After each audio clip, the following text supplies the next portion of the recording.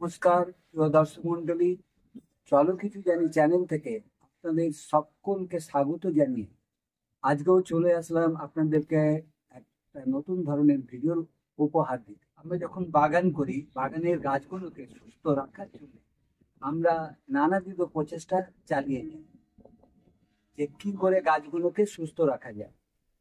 সে আপনার খাবার দাবারই বলুন, আর পোকামাকড় হাত থেকে কিভাবে রক্ষা করা যায়, এ ব্যাপারে আমরা পরিচর্যা করে থাকি। তো আমি বিভিন্ন সময়তে গাছের বিভিন্ন খাদ্য, কোন খাদ্যতে কোন পুষ্টিমূল্য আছে এবং কোন খাদ্যগুলো দিলে পরে গাছের দ্রুত বৃদ্ধি হয়, সেই নিয়ে অনেক ভিডিও এর আগে করেছি। আজকে তেমনই গাছের এক নতুন ধরনের উপাদান সম্বন্ধে আজকে যে মূল আলোচ্য বিষয়বস্তু হতে চলেছে, সেটা আপনারা আমার থাম্বনেল এবং টাইটেল দেখে নিশ্চয়ই। দেখি বন্ধুরা, আজকের আলোচ্য বিষয়বস্তু হতে চলেছে কাঠকয়লা বা কাঠকয়লার গুঁড়োকে গাছেতে আমরা কিভাবে সঠিক নিয়মে ব্যবহার করতে পারলে গাছের কি উপকারে লাগে এবং গাছের কি কাজে লাগে। আর কাঠকয়লার গুঁড়ো বা কাঠকয়লাকে গাছে আমরা কেন ব্যবহার করব, এই নিয়েই আজকের মূল আলোচ্য বিষয়বস্তু। ভিডিওটাকে না করে আসল আসল বিষয়বস্তুর উপরে আসা যাক। আজকে আমি আপনাদের সাথে কাঠকয়লা বা কাঠকয়লার গুঁড়ো কে নিয়ে কিছু কথা শেয়ার করব। কাঠকয়লা বা কাঠকয়লার গুঁড়ো গাছের জন্য ভালো কাজ করে যদি সেটা সঠিক নিয়মে ব্যবহার করা যায়। বিশেষ করে ক্যাকটাস, স্যাকুলেন্ট, বিদেশি বিভিন্ন ধরনের ফুল এবং ফলের গাছের জন্য দারুণ উপযোগী একটা উপাদান। প্রথমে আমাদের জানতে হবে কাঠকয়লার কাজ কি এবং কাঠকয়লাকে টবের গাছেতে আমরা কেন ব্যবহার করব। কাঠকয়লা সাধারণত আমরা ব্যবহার করি মিডিয়াতে জল ধারণ করে রেখে দেওয়ার জন্য। এবং গাছকে অতিরিক্ত ময়েশ্চার রাখার জন্য ব্যবহার করা। আর কাঠকয়লা যে সবচেয়ে বেশি গুরুত্বপূর্ণ কাজ করে, যে বিভিন্ন ধরনের পোকামাকড় এবং রোগ থেকে গাছকে সুরক্ষা দেয় এবং সাথে সাথে গাছকে জীবাণুমুক্ত রাখতে সাহায্য করে। এটা ঠিক মতন পরিমাণ মতন ব্যবহার করতে পারলে গাছ যেমন একদিকে পুষ্টি উপাদান পায়, তার সাথে বিভিন্ন ধরনের পোকামাকড়ের হাত থেকে গাছকে সুরক্ষা দেওয়া যায়। আর এর মধ্যে কিছু পুষ্টিমূল্য থাকার জন্য গাছের খাদ্য হিসাবে এটাকে ব্যবহার করা যায়। তার ফলে গাছ সুন্দর সুস্থভাবে বেড়ে উঠতে পারে। এবারে আসা যায় কাঠকয়লার মধ্যে কি কি খনিজ পুষ্টিমূল্য থাকে। এক হচ্ছে কয়লার মধ্যে জৈব কার্বন পাওয়া যায়, দ্বিতীয় হচ্ছে পটাশিয়াম পাওয়া যায় এবং তৃতীয় অন্যান্য খনিজ পুষ্টিমূল্য বেশ কিছু এর মধ্যে বিদ্যমান থাকে। যার জন্যে কাঠকয়লাকে আমরা যদি সময় মতন বা পরিমাণ মতন ব্যবহার করতে পারি, গাছ এর থেকে একটা ভালো মাত্রা পুষ্টিমূল্য পেতে পারে। এখন কথা হচ্ছে জৈব কার্বন কি। মাটি SO3 মাটির স্বাস্থ্য এবং উর্বরতার জন্য গুরুত্বপূর্ণ। এটি মাটির গঠন এবং জল ধারণ ক্ষমতা এবং পুষ্টির প্রাপ্যতা উন্নয়ন করে। SO3 মাটির উপকারী জীবাণুগুলো ক্রিয়াকলাপকে সমর্থন করে এবং মাটির জীববৈচিত্র্য বাড়ায়।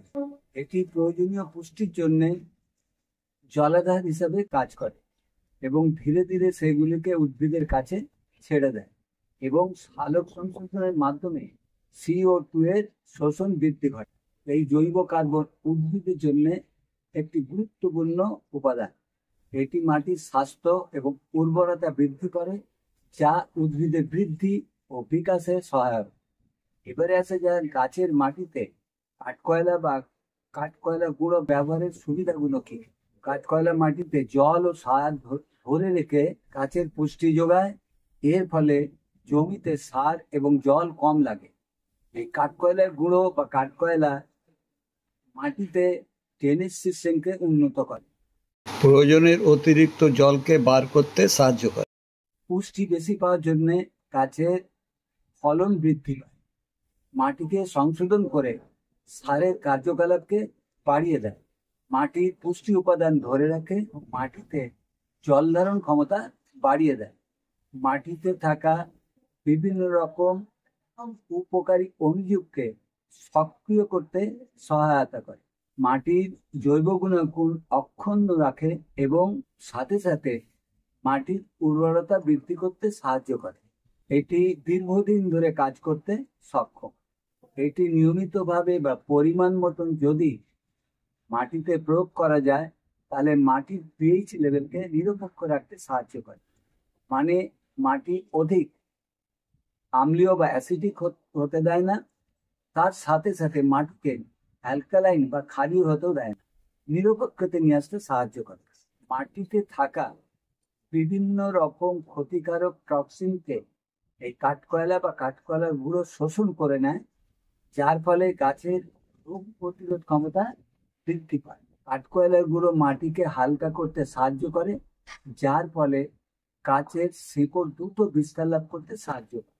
এটি ব্যবহার করলে মাটিতে অক্সিজেনের পরিমাণ বাড়িয়ে তোলে এবং শিকড়কে শ্বাস নিতে সাহায্য করে, যা গাছের বৃদ্ধিকে উৎসাহিত করে। এটাকে পরিমাণ মতন সঠিকভাবে যদি ব্যবহার করা যায়, মাটিতে ধারণ ক্ষমতা বৃদ্ধি পায়, যার ফলে শুষ্ক আবহাওয়াতেও সহজে মাটি শুকিয়ে যায় না, মাটিকে সবসময় আর্দ্রতা ধরে রাখতে সাহায্য করে। কাঠকয়লা পোকা রোগ প্রতিরোধে সাহায্য করে। এটা মাটির মধ্যে থাকা ক্ষতিকারক পোকামাকড় এবং ছত্রাককে মেরে ফেলতে সাহায্য করে। এবারে আসা যাক এই কাঠকয়লার গুঁড়ো বা কাঠকয়লাকে আমরা আমাদের উদ্ভিদে বা গাছেতে কিভাবে ব্যবহার করতে পারি। এক, এটা মাটিতে আমরা সরাসরি প্রয়োগ করতে পারি। দ্বিতীয় হচ্ছে, যখন আমরা মাটি তৈরি করি, মাটির সাথে যখন আমরা অন্যান্য সয়েল মিডিয়া ব্যবহার করি, তখন তার সাথে এই কাঠকয়লার গুঁড়োকে আমরা পরিমাণ মতন ব্যবহার করতে পারি। এবারে মাটিতে সরাসরি যখন আমরা ব্যবহার করব, তখন এটাকে কি করতে হবে, টবের মাপ বা গাছের বয়স অনুযায়ী ব্যবহার করতে হবে। ধরুন এখানে একটা দেখতে পাচ্ছেন 8 ইঞ্চি আমার টব রয়েছে। এই 8 ইঞ্চি টবটাতে কি করবে, মাটিটাকে একটু আগে থেকে ভিজিয়ে রাখতে হবে। ভিজিয়ে রেখে এই টব বরাবর ধান দিয়ে এই কাঠকয়লার গুঁড়োকে আস্তে আস্তে আস্তে আস্তে এরকম ভাবে চায়ের চামচের হাফ চামচ থেকে 1.25 চামচ এরকম 8 ইঞ্চিতে টবে আমরা ব্যবহার করতে পারি। যদি এর থেকে ছোট টব হয় এবং গাছ যদি ছোট হয়, তাহলে আমরা হাফ চামচের কম একই পদ্ধতিতে এখানে ব্যবহার করতে পারি। এবার এর থেকে যত বড় গাছ হবে, টবের আকার যখন বড় হবে, তখন আমরা ধীরে ধীরে মাত্রা বাড়াতে পারি। যখন আমরা মাটির সঙ্গে বিভিন্ন ধরনের পুষ্টিমূল্য মেশাই, তখন সেই সময়তে এই কাঠকয়লা আমরা ওই মাটির সাথে মেশাতে পারি। সেটা কি পরিমাণ মেশাবো, ধরুন 10 থেকে 12 ইঞ্চি যদি একটা টব হয়, অন্যান্য উপকরণ যেমন মেশাই 1-2 চামচে করে, তার সাথে এই কাঠকয়লাকে আমরা 8 ইঞ্চি 10 ইঞ্চি টবের জন্য 1 চামচ তার মধ্যে মিশিয়ে মাটির মধ্যে মিশিয়ে গাছ বসাতে পারি। এবারে আসি সাবধানতার ব্যাপারে। প্রতিটি জিনিসের যেমন ভালো দিক আছে, আবার খারাপ দিকও আছে। তো কাঠকয়লা যেমন গাছে ব্যবহার করলে ভালো হয়, তেমনি কাঠকয়লা যদি পরিমাণের বেশি বা ঘন ঘন যদি আমরা গাছে ব্যবহার করে ফেলি, তাহলে গাছের পক্ষে ক্ষতিকারক হতে পারে। কাজেই যখন আমরা কাঠকয়লা গাছে ব্যবহার করব, আমরা সেটাকে পরিমাণ মতন ব্যবহার করব। গাছের বয়স এবং টবের আকার অনুযায়ী কাঠকয়লার গুঁড়োর মাত্রা সিলেকশন করে নিতে হবে। যে পরিমাণটুকু দরকার ঠিক সেই পরিমাণই দিতে হবে। যখন কাঠকয়লার গুঁড়ো আমরা ব্যবহার করব গাছেতে, আমাদের খেয়াল রাখতে হবে ওই গুঁড়ো ব্যবহার করার আগে গাছের মাটি যেন ভিজে যায়। আর অতিরিক্ত যদি কাঠকয়লার গুঁড়ো আমরা ব্যবহার করি, তাহলে মাটির পিএইচ এর ভারসাম্য হারাতে পারে। আর কাঠকয়লা ব্যবহার আমরা সবসময় করব না। আমরা যখন একবার ব্যবহার করব, একবার ব্যবহার করার 2-3 মাসের মধ্যে কাঠকয়লা বা কাঠকয়লার গুঁড়ো গাছেতে আমরা ব্যবহার করতে পারবো। মানে প্রতি 2 থেকে 3 মাস অন্তর কাঠকয়লার গুঁড়ো গাছে ব্যবহার করা যেতে পারে। বন্ধুরা, এই ছিল আজকে আমার ভিডিওটা দেখে যদি মনে হয় ভিডিওটা একটা ইনফরমেটিভ ভিডিও হয়েছে, তাহলে লাইক, কমেন্ট এবং শেয়ার করবেন। কমেন্ট থাকলে অতি অবশ্যই কমেন্ট করবেন। আমি আমার সাধ্য মতন উত্তর দেওয়ার চেষ্টা করব। আর যদি মনে করেন ভিডিওটা আপনাদের কাজে লাগবে বা অন্যেরও কাজে লাগতে পারে, তাহলে অনুরোধ করব ভিডিওটাকে আপনাদের জানাশোনা, বিশেষ করে যারা যারা ছাদ বাগান প্রেমী, বাগান প্রেমী মানুষ রয়েছে, তাদের কাছে একটু বেশি করে শেয়ার করে তাদেরকেও একটু জানবার সুযোগ করে দেবেন।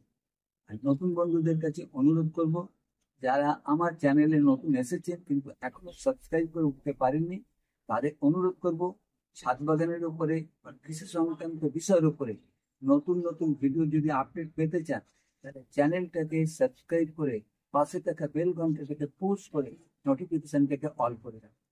আজকের মতন আমি আপনাদের কাছ থেকে বিদায় নিচ্ছি। আবার আপনাদের সঙ্গে দেখা হবে পরবর্তী দিনে নতুন ধরনের কোনো ভিডিওর সাথে। ততদিনে আপনারা খুব ভালো থাকুন, সুস্থ থাকুন। ধন্যবাদ।